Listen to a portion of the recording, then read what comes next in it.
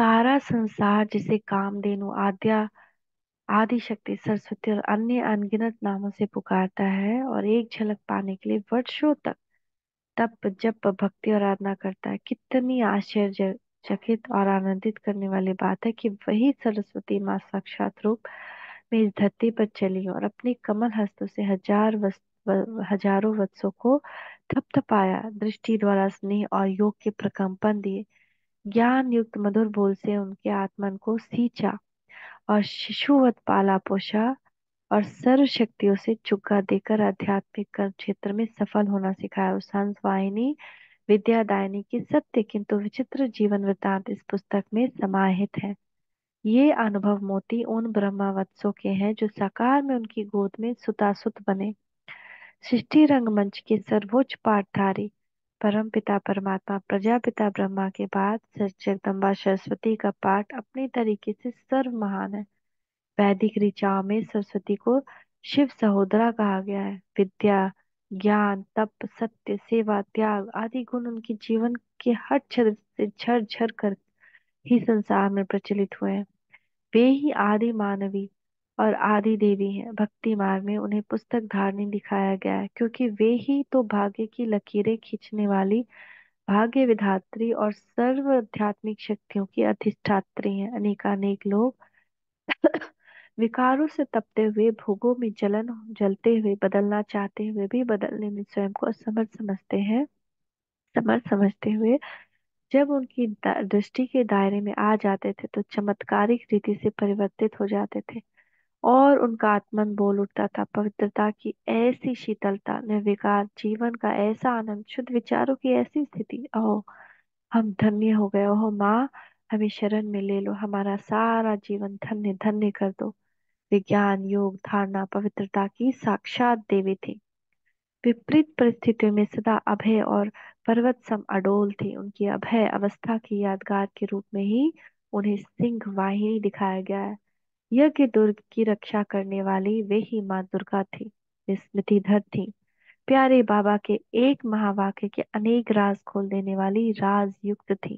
चातक पक्षी समान ज्ञान सागर की एक एक ज्ञान बूंद की अनुरागी थी। ईश्वरी कथा ज्ञान कक्षा में बच्चों के मुखमंडल देखने के अलावा वे संसार के हर दृश्य से उपराम थी। वे चलती फिरती दिव्य परी थी जिनका तन प्रकाश की रश्मियां प्रवाहित करता था और मन सदा अर्श निवासी प्यारे शिव बाबा की मधुर स्मृति में समाया रहता। जादू की छड़ी की तरह उनकी करुण दृष्टि जिस पर पड़ जाती वह जन्म जन्म की तपन थकान और ज्ञान से मुक्ति पा जाता और प्रेम और ममता की मूरत होते हुए भी वे सदा न्यारी प्यारी थी। जब वे चलती थी तो लगता था कि प्रकृति का कण कण उनकी चरण रज लेने को आतुर है। रत्नागर के सर्व गुण रत्नों से सजी वह प्रथम नारी रतन थी। त्रिलोक प्रभु का वंदे मातरम का नारा उन्हीं के प्रति अभिनंदन था। वे ही आदि योगिनी, आदि तपस्विनी थी। अविनाशी खंड भारत की शान थी। प्रभु की पहचान थी। दिव्य गुणों की खान थी। विश्व के लिए प्यार दुलार ममता और रक्षा की छांव थी। भव सागर पार कराने वाली दिव्य नाव थी। हर ज्ञान सुत और ज्ञान सुता के लिए मंजिल और ठाव थी। जिसने उनको देखा सब कुछ देखा। उनके मातृ रूप में पाया तो मानो सब कुछ पाया। वन वन की काठी में चंदन सम खुशबू भरने वाली, योगाग्नि में तपाकर संस्कारों को उज्ज्वल करने वाली, ज्ञान लोरी सुनाकर दिव्य पोषण करने वाली वे प्रथम शीतला माँ, ज्वाला माँ, अन्नपूर्णा माँ और संतोषी माँ थी। न भगवान कहते हैं कि सिर्फ जगदम्बा ही एक नहीं है, आप भी उनके साथ हो, लेकिन प्रथम वो बनी। प्रथम उन्होंने इस ज्ञान योग के द्वारा स्थिति को पाया कि वो उनकी ना दृष्टि पड़ते ही सारे विकार शीतल हो जाए, सारे पाप ज्वाला की अग्नि में भस्म हो जाए और उनको आत्मा को जो पोषण चाहिए वो अन्नपूर्णा माँ से संतुष्टता पा जाए। संतोषी माँ थी। उनके योग प्रकाश में देहाभिमान की कालिमा मिट जाती। उन्हें देखते ही आध्यात्मिक चेतना जाग उठती थी। कितनी महिमा करे, कितना वर्णन करे। जैसे परमात्मा की महिमा में कहा गया है, सात समंदर की मसी इस प्रकार परमात्मा की प्रथम रचना माँ सरस्वती की महिमा गाने में, भक्ति मार्ग में कवियों की लेखनी अशक्त और ज्ञान मार्ग में सम्मुख मिलने का सौभाग्य पाने वाले बच्चों की वाक शक्ति असमर्थ ही रही। जिन्होंने उनका सानिध्य पाया ना, उनमें बहुत ही अद्भुत वाक शक्ति उनमें थी। ऐसी माँ के दिव्य चरित्रों से जुड़े निजी अनुभव पुष्पों को लेखनीबद्ध कर हम सबको उनकी खुशबू लेने, रंगत देखने और उनसे परमानंद होने का सौभाग्य जिन्होंने प्राप्त कराया, वे सभी भाई बहनें धन्यवाद के पात्र हैं। आशा है माँ सरस्वती की साकार झलक देने में अनुभव सागर के ये मोती सक्षम होंगे। नम्र अनुरोध है कि हमारा दृढ़ के साथ हमारा दृढ़ विश्वास है कि प्रस्तुत पुस्तक को पढ़कर बहनें और भाई माँ समान आत्मनिष्ठ और एकनिष्ठ बनने की दृढ़ता से कदम बढ़ाएंगे और पुस्तक की रचना का प्रयास पूर्णतः सार्थक होगा। इन शुभकामनाओं के साथ ब्रह्म कुमारी प्रकाश में।